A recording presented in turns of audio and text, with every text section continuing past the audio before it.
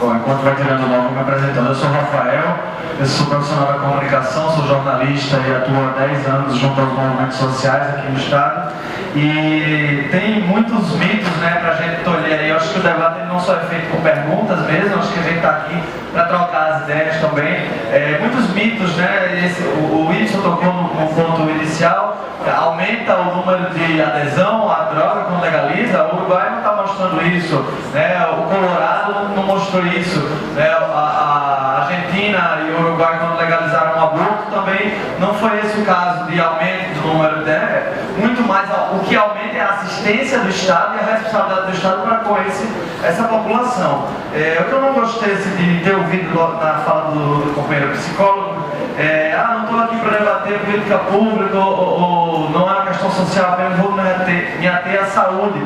Isso a gente já sabia que teria essa estratégia aqui de uma redução ao debate em torno apenas da saúde, né, dentro da linha de que esse é um campo empoderado, um discurso empoderado dentro da sociedade, né? Então, dentro dessa tecnocracia, a gente precisou empoderar um lado, no caso, a partir dessa tática, né? E aí, mesmo nesse sentido, eu me arrisco nessa seara da saúde.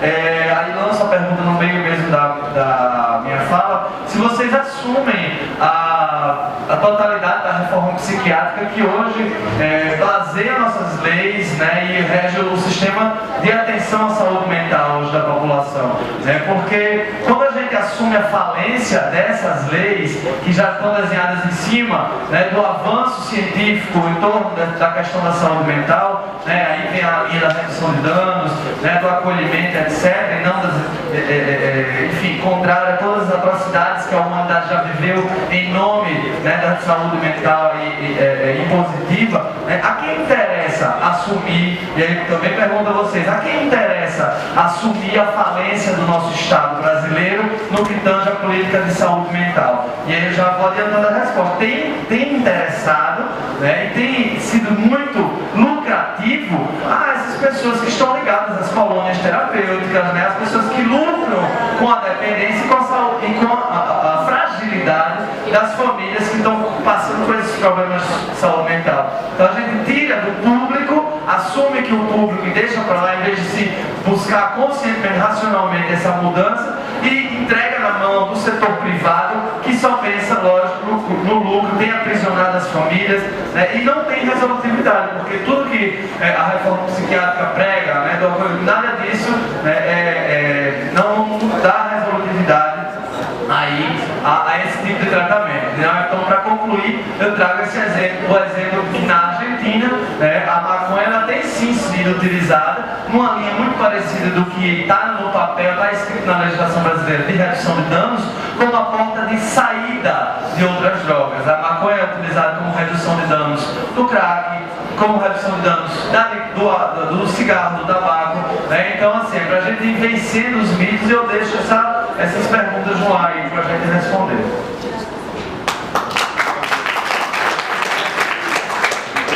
Boa noite,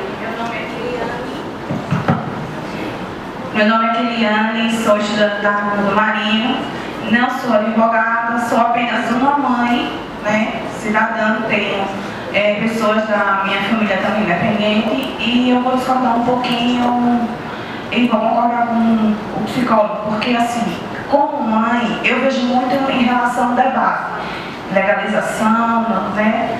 Mas em relação ao organismo, se já foi realmente comprovado que aquele organismo da pessoa cada vez mais vai pedir, e quando ele não tiver mais satisfeito, aí vem a outra droga, e aí vai normatizar também, vai legalizar.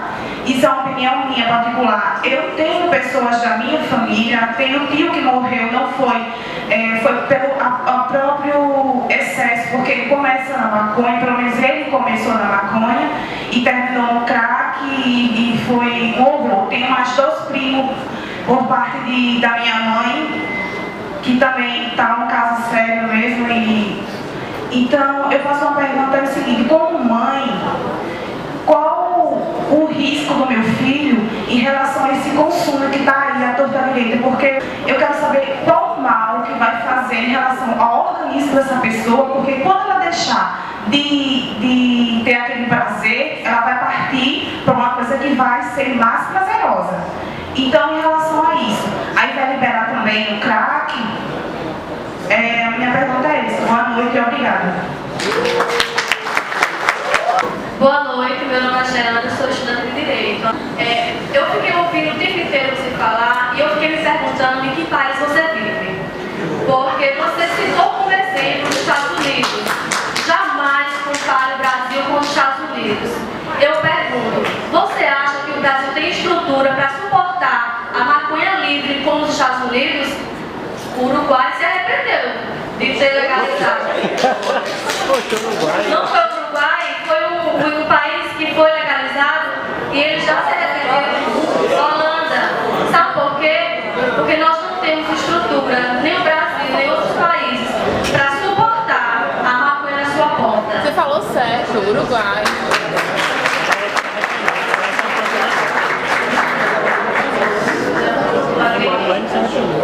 Eu vou falar o que eu vivo na minha casa.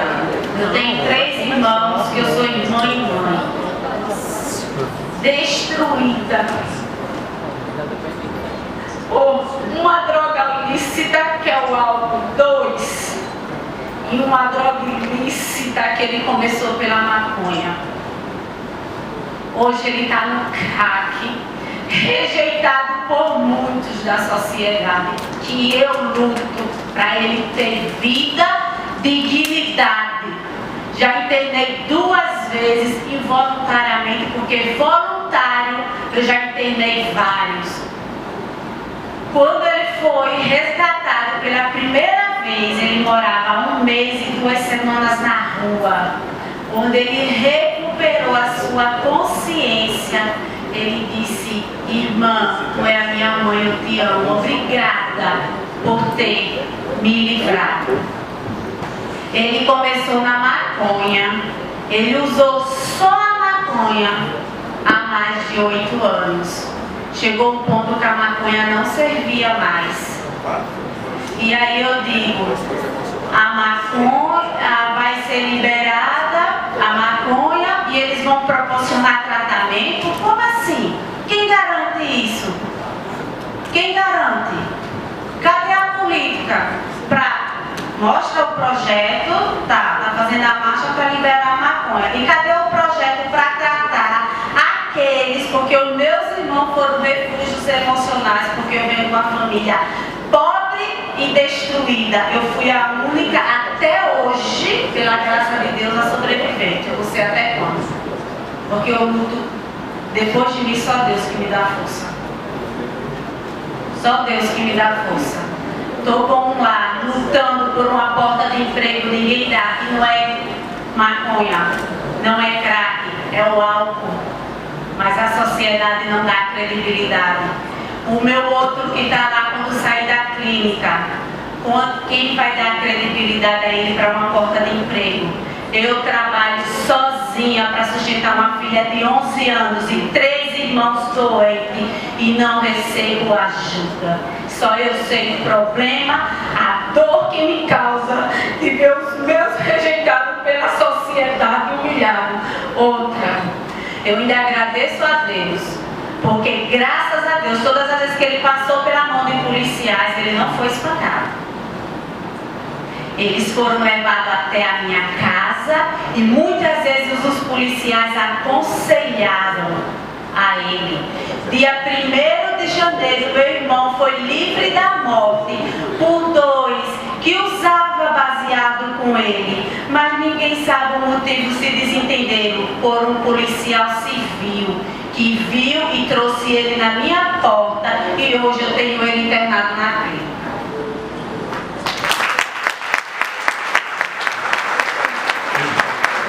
São as considerações finais também, o tempo já está muito avançado.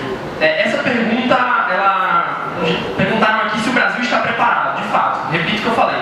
Não compare o Brasil com os Estados Unidos, exatamente. Eu acabei de falar aqui quando eu disse. Não defendo aqui a regulação da maconha no Brasil como o Colorado fez, como o Uruguai fez, como nenhum país fez. Acho que temos que procurar aqui no caminho brasileiro procurar entender na nossa sociedade como isso vai ser feito. Agora, é preciso que esse debate seja destravado e que ele seja feito de fato. Eu volto aqui ao exemplo do álcool e do cigarro para responder essas questões. Veja, o álcool e o cigarro causam muitos danos, muitos malefícios, matam muito mais diretamente, esquecendo o tráfico. O uso dele diretamente mata muito mais do que a maconha. Mas a solução para esse uso indiscriminado, para tudo isso, não é a proibição do álcool e do cigarro, na minha opinião. Isso é voltar atrás da legislação. Eu penso que a maconha deve ser trilhada um caminho semelhante. Eu acho que não é a proibição a solução, e o álcool e o cigarro servem como exemplos pra gente. Porque se é isso então volta a pergunta de outra forma. Vamos defender a proibição do álcool e do cigarro pelo fato de matarem essas pessoas? Porque é coerente, de fato é coerente essa posição com quem defende isso, mas acho que precisa ser colocada às claras se for esse o fato. A relação com porta de entrada é muito complicada. O colega até falou, eu não sei, eu acho que existe uma esfera subjetiva envolvendo a droga que é muito forte de fato. Os efeitos da maconha, bom que se frise, são diferentes dos efeitos da cocaína e do crack. Então essa questão de satisfação e tudo mais, eu acho que tem muita complexidade no que leva a pessoa para ir para outra droga e tudo mais, e não daria tempo para desenvolver isso aqui. Mas o mais importante que eu quero chamar a atenção é essa questão da subjetividade. Eu me solidarizo aqui com as palavras que falaram do sofrimento que passam as famílias, de verdade. Acho que é um problema assim. Não estou fazendo aqui apologia, usem crack, usem cocaína, não acho que passa por isso. Acho realmente que fazer ação desse tipo é equivocada, acho que traz muitos malefícios. Agora, a discussão precisa sair do polo da subjetividade, do campo das individualidades, das relações pessoais, e entrar no campo das políticas públicas, das estatísticas, dos problemas sociais, onde nós podemos interferir, podemos atuar para minimizar, inclusive, ou, o melhor, acabar pela raiz com esses problemas subjetivos que acontecem lá embaixo. É assim que nós intervimos na sociedade. Nós não podemos pegar caso por caso, enfim, tem que ter legislação, tem que ter lei, tem que ter debate, tem que ter o Estado intervindo. Então eu acho que passa por isso. Porque a minha família também passa por muitos problemas. Meu pai foi viciado em cocaína durante anos, destruiu a minha família esse vício de cocaína. E eu mantenho essa minha posição, porque eu acho que isso daria um efeito diferente. E mais do que isso, existe uma série de substâncias que não são ilícitas, que causam muito. Volto a falar aqui o exemplo: o Rivotril e o diazepam, ou uma série de outras drogas, tarja preta, estão contaminando a nossa sociedade, nossas famílias são tomadas por essas drogas, tomadas completamente por esse tipo de drogas. Minha família está tomada, tem uma avó, minha avó não consegue dormir se não tomar remédio para dormir controlado, não vive sem esses remédios, não vive sem isso. Essa dependência química é um mal muito forte para a nossa sociedade. Não defendo que para combater isso tem que proibir o Rivotril, porque ele é usado para outras coisas. Eu acho que tem que destravar muito o debate, entendeu, gente? Eu acho que o Brasil está preparado sim para esse debate, está preparado sim para construir um projeto em torno disso. Em relação ao uso, em relação principalmente à questão medicinal, porque se falou aqui nos problemas envolvendo a maconha, mas eu acho que tem muita coisa para avançar cientificamente para a gente estudar. O uso como analgésico, o tratamento do câncer, o aumento do apetite, que já foi colocado em várias pesquisas, o controle da pressão intraocular de pacientes com glaucoma, tem muita coisa envolvendo a maconha também que precisa debater. Se a gente quebrar alguns tabus, pode avançar isso, o que é positivo, o que é negativo, tudo isso.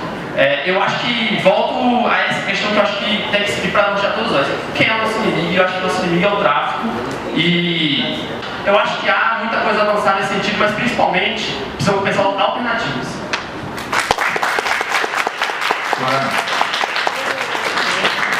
Eu gostaria de me referir ao colega que é jornalista, né, que falou sobre a reforma psiquiátrica. Olha, você foi de uma colocação exemplar, assim, muito pertinente, porque é um exemplo claro da falência do Estado brasileiro. A reforma psiquiátrica veio com uma normatização e até hoje essa normatização não foi empregada no país.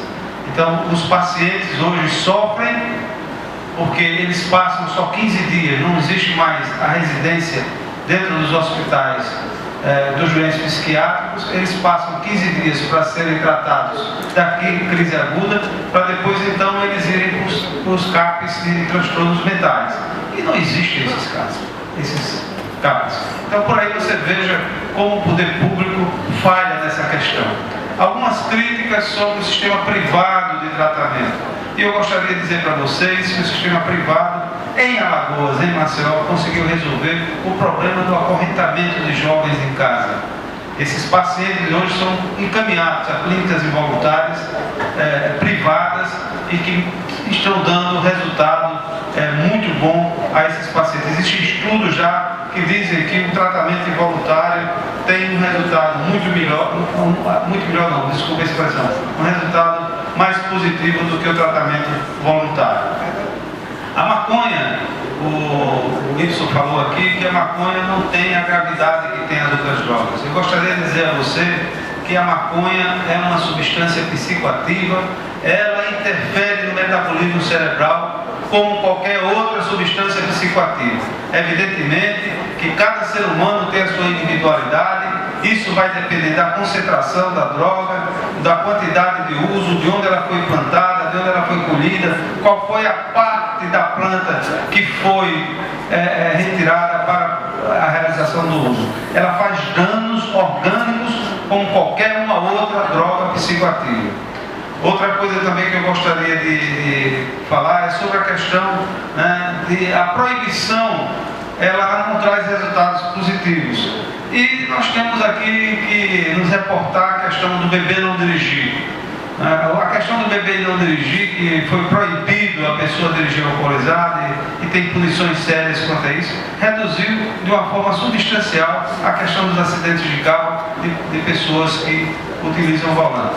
Outra medida proibitiva também que surtiu um efeito muito grande, e isso eu presenciei de uma forma muito evidente em São Paulo, foi a proibição de fumar em ambientes fechados, em boates, em shoppings, e eu consegui enxergar muitas pessoas, muitos seres humanos nas calçadas aglutinados, fumando cigarro. E muitos deles começaram a conversar entre si, né, da questão da banalidade, da questão de estar ali parado, usando um cigarro no meio da rua, fumando. Muitas pessoas deixaram de fumar com essas medidas que foram tomadas no estado de São Paulo. E para terminar, eu gostaria de reforçar. Nós precisamos dar valor à vida. A vida foi banalizada.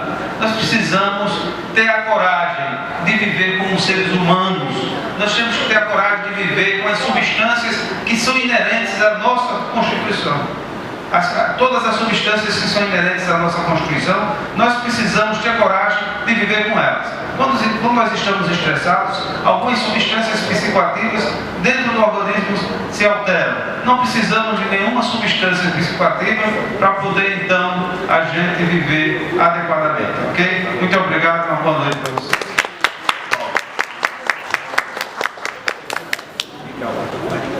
Bom, para a gente concluir, eu prometo que vou ser bem objetivo, tá, gente? É legal o debate, sai daqui rico, em dúvidas de muita coisa também, que faz a gente pensar, que faz a gente criar uma crítica sobre isso, mas com toda essa energia que foi passada aqui, na tentativa de pensar de fato esse cidadão dentro dessa sociedade, eu faço até uma proposta. Hoje temos duas drogas lícitas. Vamos tentar fazer com o álcool o que a gente quer fazer com a maconha? Vamos mostrar praticamente que é eficaz uma legalização e tornar ela pública com um resultado eficiente? A prova já está lícita, o álcool já tem essas consequências. Com toda essa energia que a gente tem de cobrar desse Estado, que deu uma resposta social frente a esse sujeito que de fato adoeceu por isso, por que só defender o uso da maconha então? Se a gente pensa nesse cidadão como um todo, vamos gastar esse tempo com isso? Eu me coloco à disposição a repensar essa legislação própria que existe a respeito do álcool, a esse senso, a fiscalizar, a criar oportunidades. Eu acho que aí a gente pode pensar com fatos que dá para a gente pensar em uma legalização. A gente não precisa legalizar uma droga para começar a fazer alguma coisa. A gente já está vendo isso aí. E eu estou aqui disponível.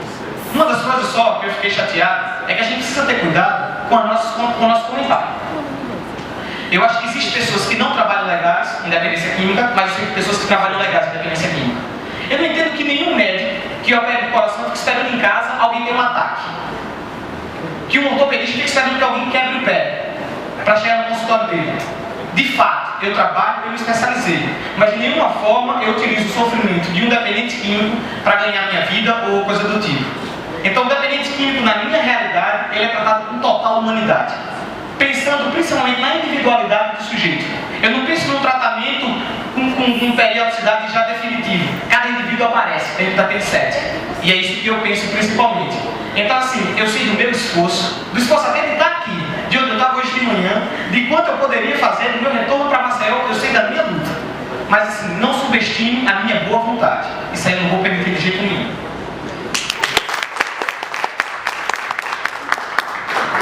Bom, para encerrar, eu quero dizer que poucas vezes participei de um debate tão interessante. Né? Então, parabéns a Sermune, os promotores, os participantes, enfim, todos. Espero que esse debate tenha, de alguma forma, continuidade, né? Para que a gente realmente possa tirar as conclusões da forma mais madura possível. Né? Boa noite a todos.